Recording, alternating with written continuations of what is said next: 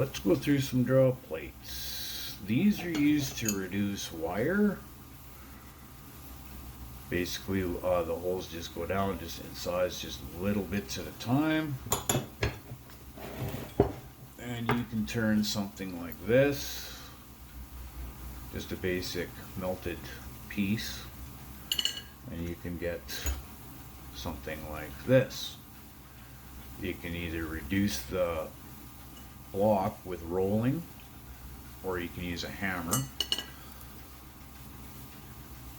But basically you feed these wires through these holes and the wire gets smaller and smaller, and there's different shapes. Like this is a round one, makes all the way down to really fine filigree wire. You can see there's the last hole right here.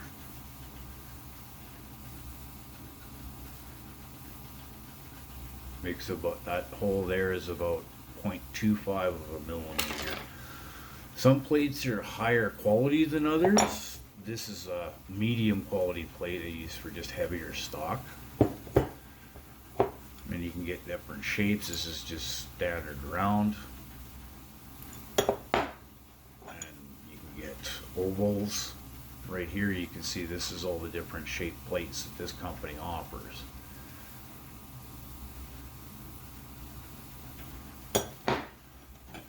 Square, and then all the way down to really fine right there. These plates are a bit higher quality. They're more consistent with the wire diameters and stuff like that. If you're just drawing one or two projects, you can use a cheaper plate. These are fairly cheap. I grabbed these for about 20 bucks. And they're actually not too bad. They're not consistent. The holes are all over the place. Like this one's bigger than this one, and that one's bigger than that one. It goes all over the place. But this plate here is what I drew this with. This wire here with. And that goes right through there. But if you're just doing one or two little projects, you can get one of these cheaper plates. They're marked Monopoly. There's no actual other name on them other than that. They're not bad, they do work. And I've got two of them, one for rectangles and one for oval.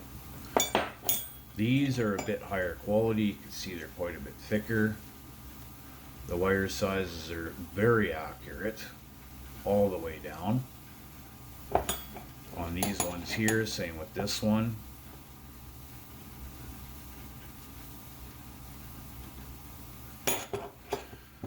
And that's about it. If you're gonna want to work with silver, I'd recommend getting some kind of plate so you're not buying wire, because wire is extremely expensive to buy, but super cheap to make.